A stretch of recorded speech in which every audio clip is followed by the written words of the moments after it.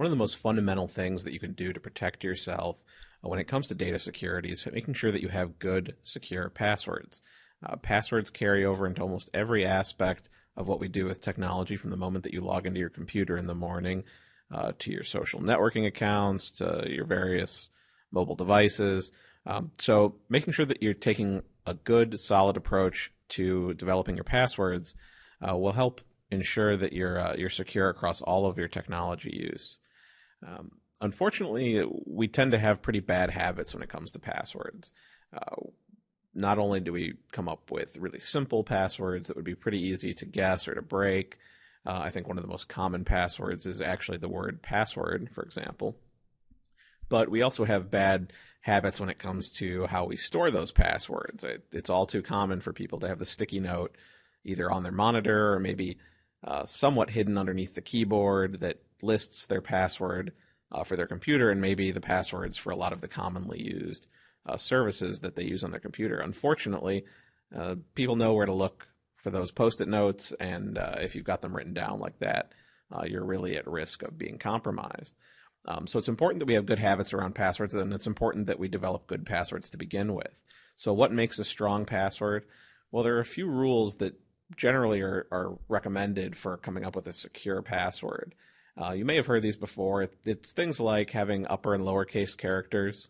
It's including numbers. It's including symbols or spaces, like special characters within the password. It's making sure that the password is fairly long.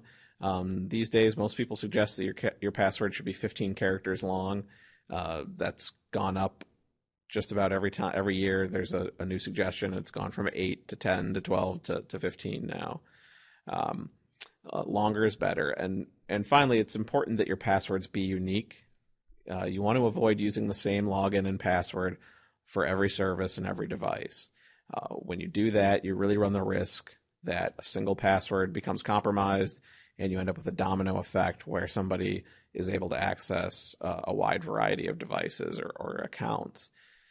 Unfortunately, what a lot of hackers are doing these days, or scammers, is they're trying to get access to the passwords that you worry about a lot less.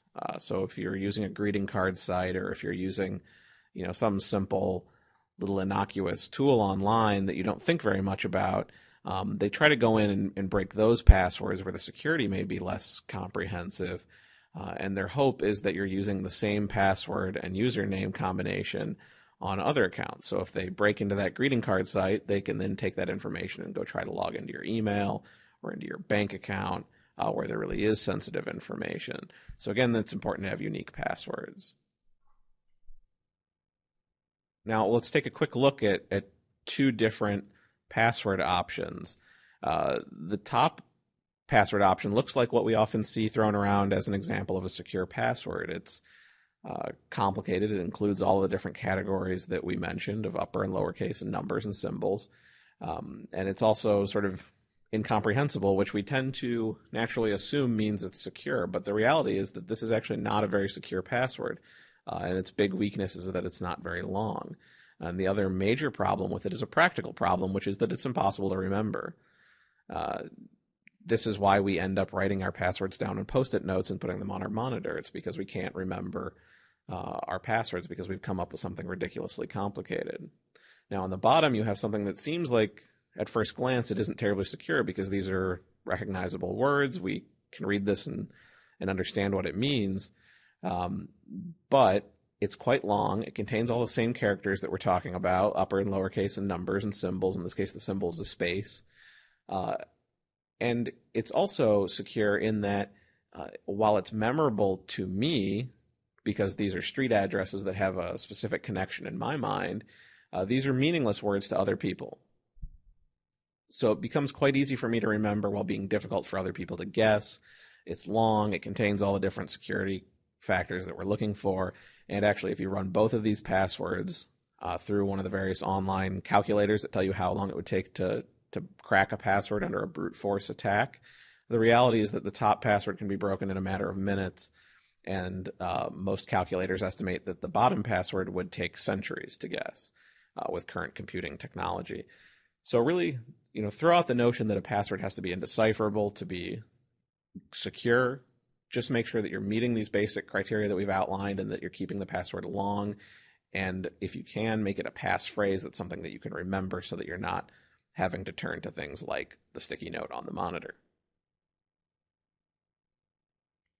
Finally, another thing that you want to consider are those security questions that you always get asked when you're setting up a new account. Things like, what's your mother's maiden name?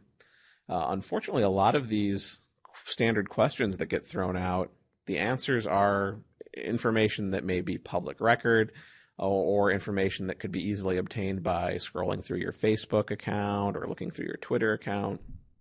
So you need to be really careful about what you enter in for these kinds of security questions. Now, some sites will actually let you write your own security questions. That's great because you can pick something that nobody else would be able to know, but it's a question that would trigger a specific memory for you.